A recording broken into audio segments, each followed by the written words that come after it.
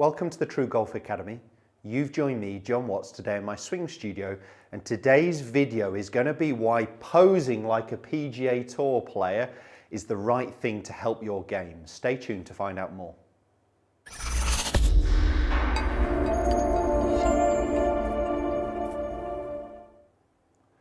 As mentioned, guys, what we're going to be discussing today is why holding the follow through and posing for a few seconds after you've hit a shot, whether it's your best shot or your worst shot, is vital to make you play better next time. I get so many golfers who hit, let's say, a bad shot first of all, and straight away they're turning away in disgust, not looking at where the ball's gone.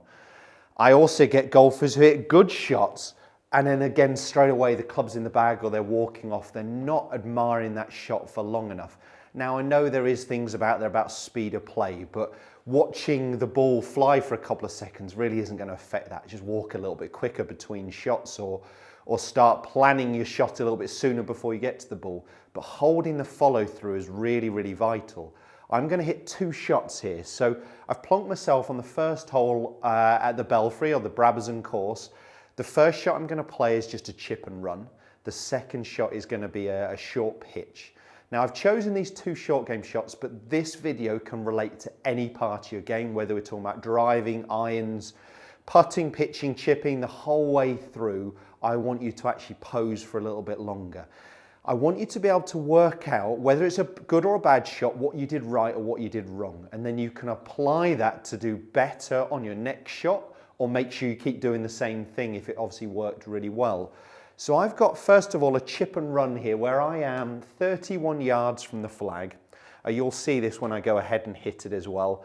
I've got about 4 yards to the edge of the green. So in my mind, I'm trying to land this about 5 yards and then get that ball to roll about 25. So I'm using a slightly lower lofted club, but we're not going to go into method here. We're not going to go into the setup, but I'm going to hold my finish position and try and work out what I did right or wrong. So if I hit a bad shot, I want to know why I hit a bad shot. So for chipping on this particular one, I tend to see bad shots from golfers leaning back, so I'd feel the pressure on my back foot, hands stopping on impact, or the club passing their hands so they're actually flicking at it. So if I can hold the finish position and it feels like my pressure's on my left side, my hands are past my lead hip, and the club's low to the ground, I know I've made a really good swing. So if I hit a good shot and I can hold that follow through, I can get the right feedback to what I've done right. If I hit a bad shot and I instantly go, my weight's on my back foot, I know what to do right on the next shot, I know what to correct. So holding your finish position is really vital. Let me try this one.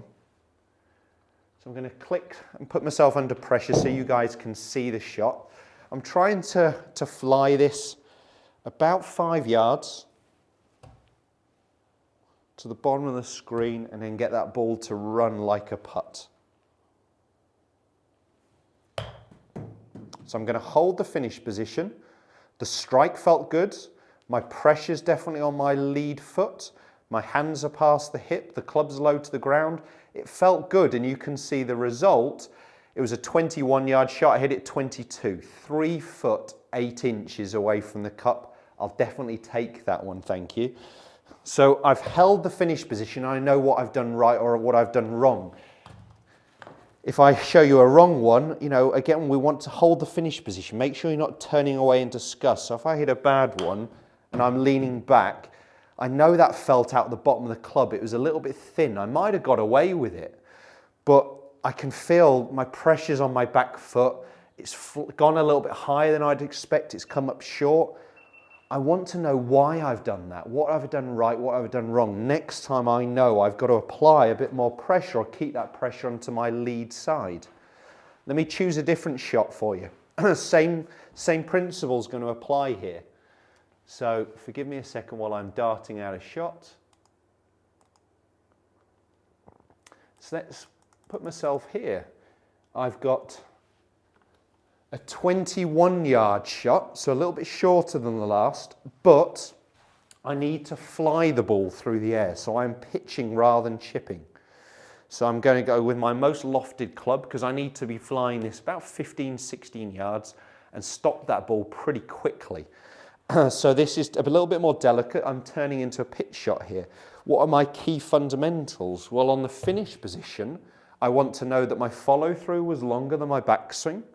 I want my head and my chest turned towards the target, so my shoulders are finishing more this way rather than this way. So I'm going to again try and pose and see what I did right or what I did wrong. My pressure's on my front foot, my chest, my head is turned, my shoulders are a little bit more horizontal rather than vertical. That feels good. Can I repeat it? So let's give it a whirl. Again, hold that finish, whether it's your best or your worst. So I'm holding the finish position. Strike didn't feel perfect, but the result is pretty good. It's flown 15 yards, which is what I wanted. It stopped a bit quicker than I thought. Now, I did get away with using the bounce of the golf club, which is fine, but I've held that follow through. Again, I know what I'm doing right or what I'm doing wrong. Again, if I showed you, a wrong version, it would be generally on pitching that head stayed down and I haven't rotated my chest, but I need to know what to do right for the next shot. So if I hit a wrong one, my head stayed down, my chest hasn't rotated, I can't see the ball flying. I know next time, okay, I've got to rotate through and hold the finish position. I've mucked that up slightly by hitting a half decent shot trying to show you the wrong technique, but I think you get the idea here of what I'm talking about. Holding the finish position, posing, tells you what you're doing right, what you're doing wrong. So on the next shot, you can either keep doing it or change things because you know what to correct. It's such a vital part that golfers get wrong day in, day out. Make sure you're posing next time on the golf course. It's definitely going to help you in whatever area of the game we're talking about. If that video has helped, make sure you post some comments down below. Give us a thumbs up and do subscribe to the channel. It's your best way to stay in touch with the new content every Monday, Wednesday and Friday and never miss a video again. Thanks guys, we'll see you soon.